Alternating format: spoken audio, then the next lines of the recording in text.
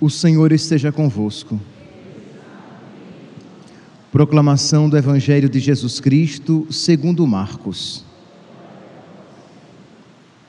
Naquele tempo, Jesus tomou consigo Pedro, Tiago e João e os levou sozinhos a um lugar à parte, sobre uma alta montanha, e transfigurou-se diante deles. Suas roupas ficaram brilhantes e tão brancas como nenhuma lavadeira sobre a terra poderia alvejar. Apareceram-lhe Elias e Moisés e estavam conversando com Jesus. Então Pedro tomou a palavra e disse a Jesus: Mestre, é bom ficarmos aqui. Vamos fazer 3 tendas, uma para ti, outra para Moisés e outra para Elias. Pedro não sabia o que dizer, pois estavam todos com muito medo. Então desceu uma nuvem e os encobriu com sua sombra, e da nuvem saiu uma voz: Este é o meu filho amado, escutai o que ele diz. E de repente, olhando em volta, não viram mais ninguém, a não ser somente Jesus com eles. Ao descerem da montanha, Jesus ordenou que não contassem a ninguém o que tinham visto, até que o Filho do Homem tivesse ressuscitado dos mortos. Eles observaram essa ordem, mas comentavam entre si o que queria dizer ressuscitar dos mortos. Os 3 discípulos perguntaram a Jesus: por que os mestres da lei dizem que antes deve vir Elias? Jesus respondeu: de fato, antes vem Elias para colocar tudo em ordem, mas, como dizem as Escrituras, que o Filho do Homem deve sofrer muito e ser rejeitado. Eu, porém, vos digo, Elias já veio e fizeram com ele tudo o que quiseram, exatamente como as Escrituras falaram a respeito dele. Palavra da salvação.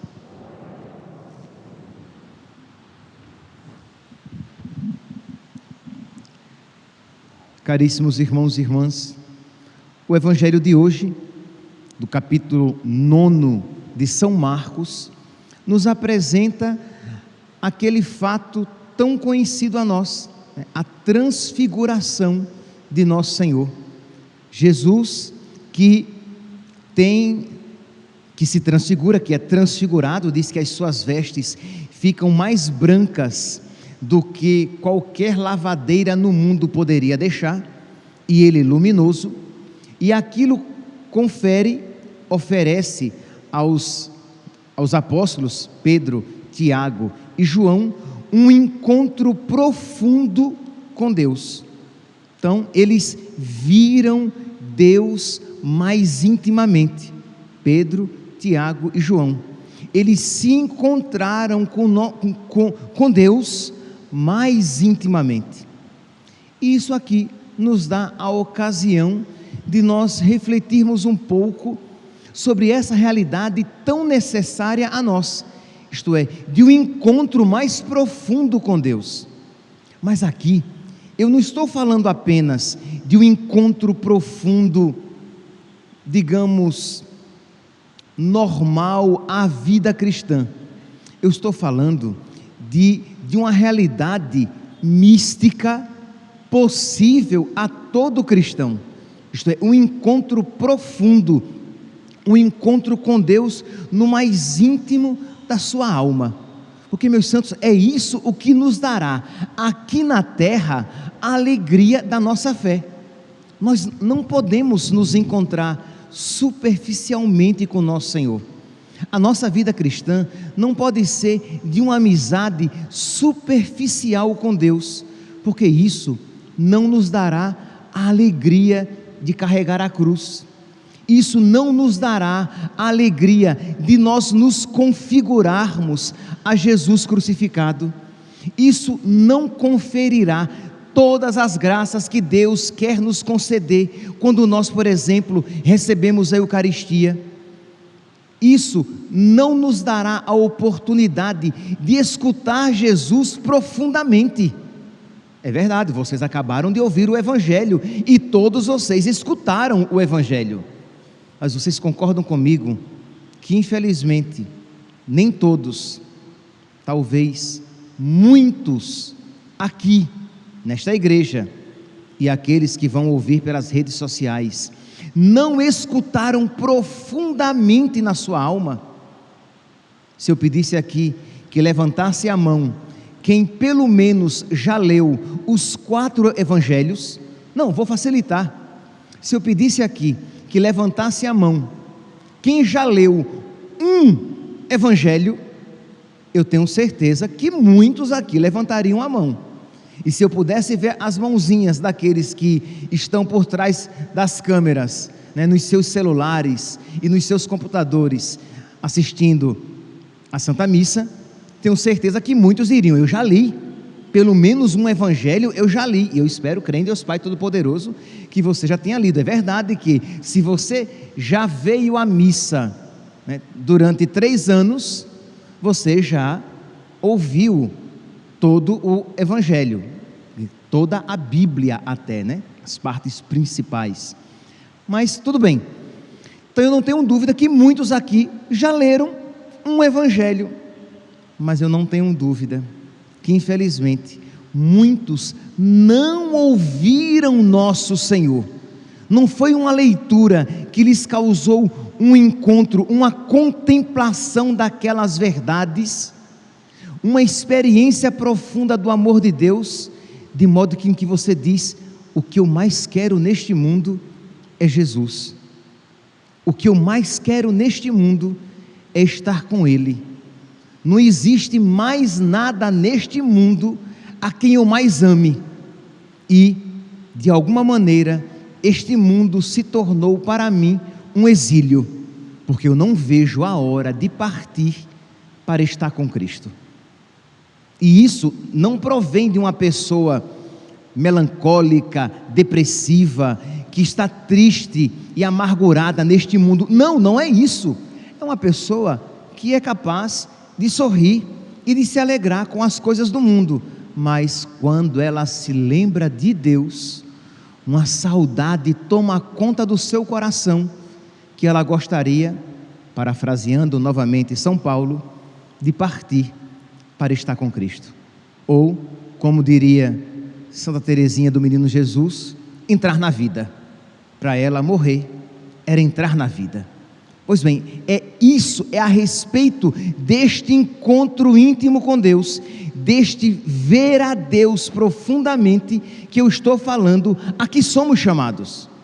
Pois bem, como é então, quais são as condições gerais que precedem a possibilidade deste encontro? Você poderia perguntar: tá bom, padre, que maravilha, eu quero isso para mim. O que é que eu preciso fazer? Quais são os passos primeiros? Os passos, claro, sempre o passo primeiro é a graça de Deus que nos convida e nos sustenta neste convite. Mas, no sentido humano da palavra, qual é a nossa resposta a este convite da graça?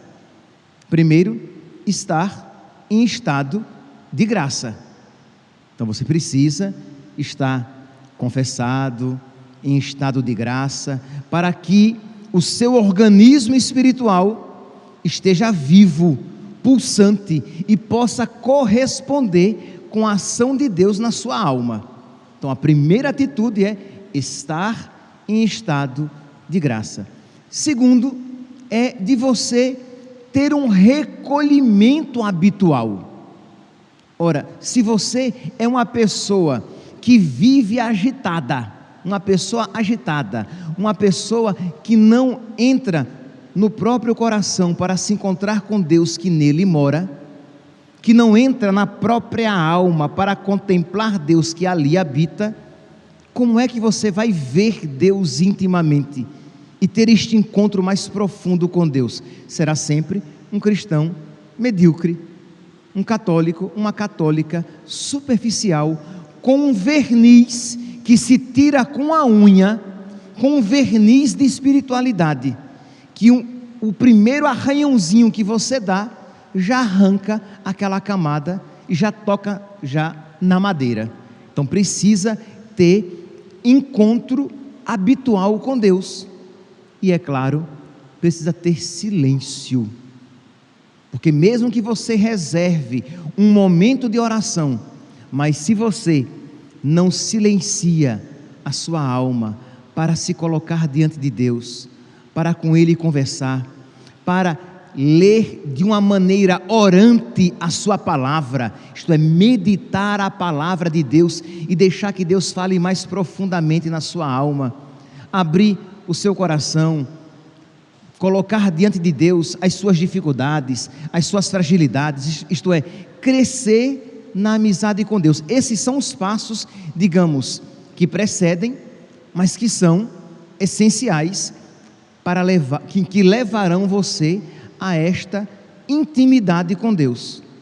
Só que esta intimidade, meus santos, esta intimidade profunda a respeito da qual eu estou falando, é algo que, embora esses passos a que eu me referi sejam necessários, eles não nos conferem esta intimidade com Deus. Isto é, você estará em estado de graça, você terá um encontro habitual com Deus, você fará silêncio, isto é, você procurará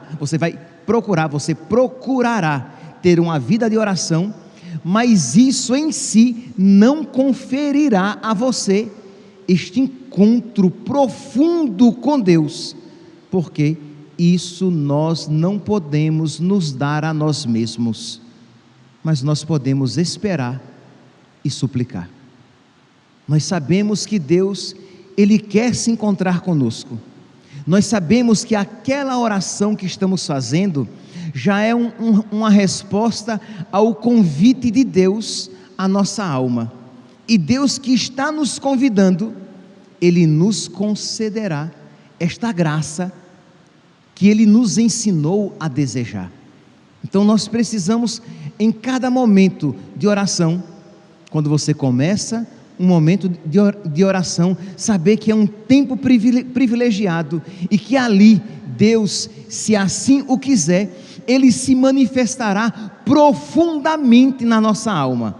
Deus sempre se manifestará, mas eu estou falando aqui de uma manifestação profundíssima. Deus sempre falará a nossa alma quando nós nos pusermos em oração, mas aqui eu estou falando de uma contemplação milagrosa, de uma realidade que é pura ação de Deus, daquilo que os apóstolos Pedro, Tiago e João experimentaram ao ponto de dizerem, e não poderiam dizer diferente: mestre, é muito bom estarmos aqui, vamos construir 3 tendas, uma para o Senhor, uma para Moisés e outra para Elias. Eles nem pensaram neles mesmos. Quando uma pessoa está feliz, quando uma pessoa está muito feliz, ela se esquece de si mesma, e o contrário é terrivelmente verdadeiro. Quando uma pessoa está infeliz, ela só pensa em si mesma, no seu sofrimento, na sua dor, no seu problema. Então os apóstolos estavam tomados por Deus, banhados por Deus, mergulhados em Deus, e só pensavam em Deus. Então, se vos possuo, o que mais me atrai neste mundo? Então, Senhor, iremos construir 3 tendas, uma para o Senhor, uma para Moisés e outra para Elias. Então aqui, meus santos, esta primeira parte nos apresenta como é desejável este encontro profundo com Deus, que nos levará a uma verdadeira santidade, e que nós precisamos nos preparar para receber este dom que Deus quer nos oferecer.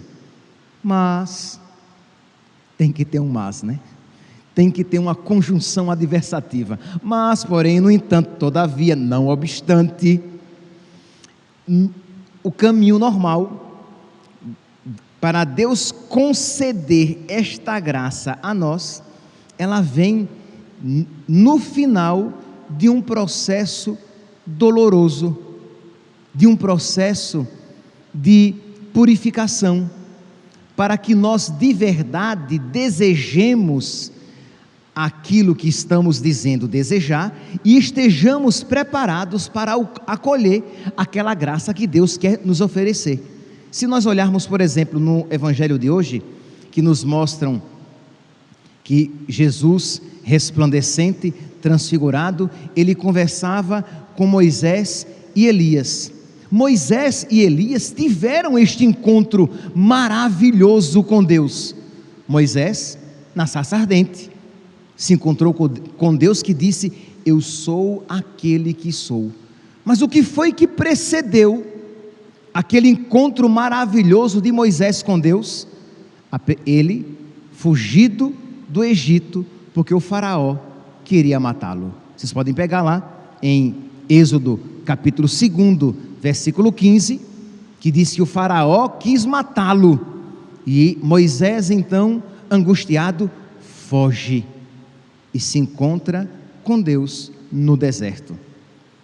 Com Elias, nós vemos isso de uma maneira muito mais clara e até muito mais profunda, porque enquanto Moisés se encontra com Deus fora dele, na sarça ardente, Elias, ele vê Deus no silêncio do murmúrio de uma brisa leve e suave. Ele também fugia daquela rainha má, Jezabel, que queria matá-lo, depois que ele teve o embate com os profetas de Baal, e os profetas de Baal foram mortos.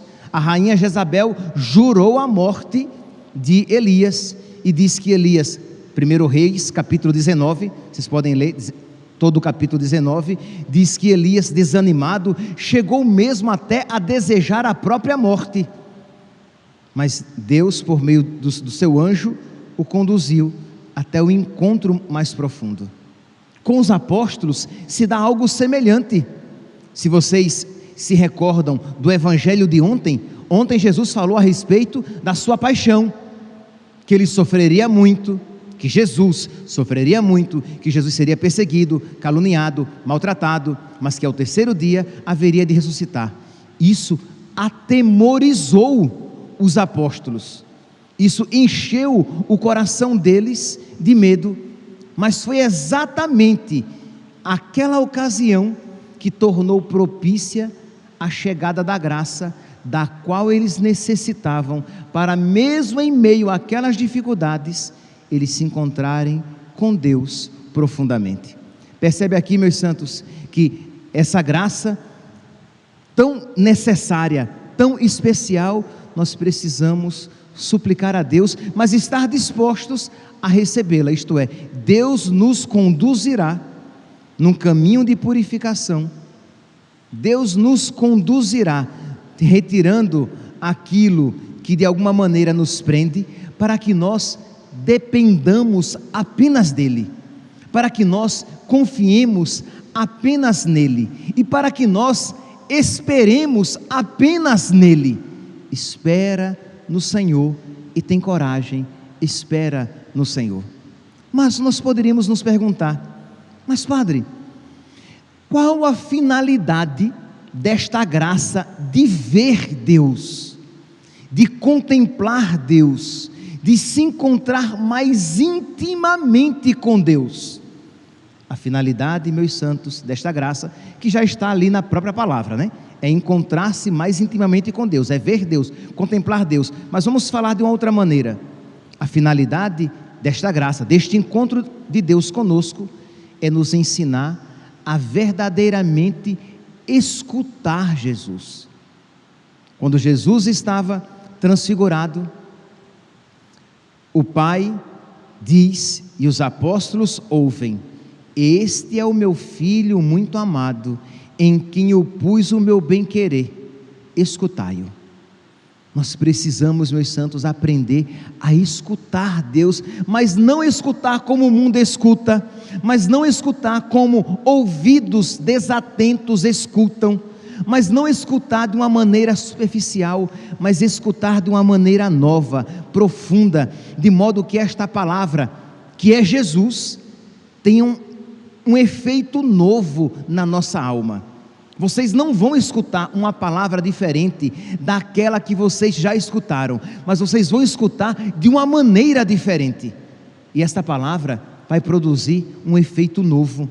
vai levar vocês a um conhecimento novo de nosso Senhor. Não é assim que a palavra de Deus diz, que é como um baú, do qual nós tiramos coisas novas e velhas? Isto é, vocês não encontrarão uma palavra diferente, mas vocês vão se deparar com a palavra de Deus de uma maneira diferente. Porque, meus santos, esses encontros com Deus, esses encontros místicos até, esses encontros especialíssimos, eles não são da ordem cotidiana, são momentos, são graças particulares que Deus concede em momentos particulares aos seus, de modo que o ver a Deus desta maneira não faz parte da ordem natural, mas o ouvir Deus faz parte da ordem natural, de modo que mesmo quando você não vê Deus, você pode ouvir a Deus. Mesmo quando você, em meio à escuridão, você não consegue contemplar Deus, você consegue ouvir a Deus. O que é que o autor da carta aos Hebreus diz no capítulo 10, versículo 38? O justo vive pela visão. Não, o justo vive pela fé. Isto é, a visão, o Senhor nos concederá. Se nós formos fiéis, o Senhor nos concederá não apenas uma visão que alimentará a nossa alma, mas graças especialíssimas que nos levarão a contemplar mesmo Deus. Mas isso não permanecerá para sempre. Mesmo que nós queiramos construir 3 tendas e ficar no monte, teremos que descer. Jesus não deixou que os apóstolos construíssem as 3 tendas. A transfiguração passou e o caminho da cruz teve que vir, mas eles foram alimentados por aquele encontro especialíssimo. Então, o justo vive pela fé. Mesmo que nós então não vejamos Deus, poderemos sempre escutá-lo. Peçamos, meus irmãos, peçamos ao nosso Senhor esta graça. Peça a Deus, meu santinho, a graça de crescer na vida de oração. Você só estará capaz, você só será capaz de ouvir a Deus como Ele lhe fala, você só será capaz de acolher a palavra de Deus como palavra de Deus, você só será capaz de acolher toda a palavra de Deus, e não apenas aqueles versículos e aquelas partes que mais lhe agradam, se você tiver encontros com Deus, se você tiver amizade com Deus, se Deus habitar como um amigo íntimo no seu coração e na sua alma. Para isso, peça a Nossa Senhora, a amiga mais íntima de nosso Senhor. É verdade, ela é sua mãe, é a mãe de nosso Senhor, mas a amiga mais íntima, a criatura mais íntima de Deus, que ela nos ensine o segredo da amizade com Jesus, que ela nos ensine, assim como ela acolheu a palavra no seu ventre, mas primeiramente no seu coração, que ela nos ensine também a receber Jesus, não apenas na nossa boca, quando nós dizemos amém e recebemos a Eucaristia, e não apenas no ouvido físico, quando ouvimos a palavra de Deus, mas que nós acolhamos a palavra de Deus na sua alma, para que assim, e somente assim, nós possamos ser amigos e amigos íntimos de nosso Senhor. Louvado seja nosso Senhor Jesus Cristo, para sempre seja louvado.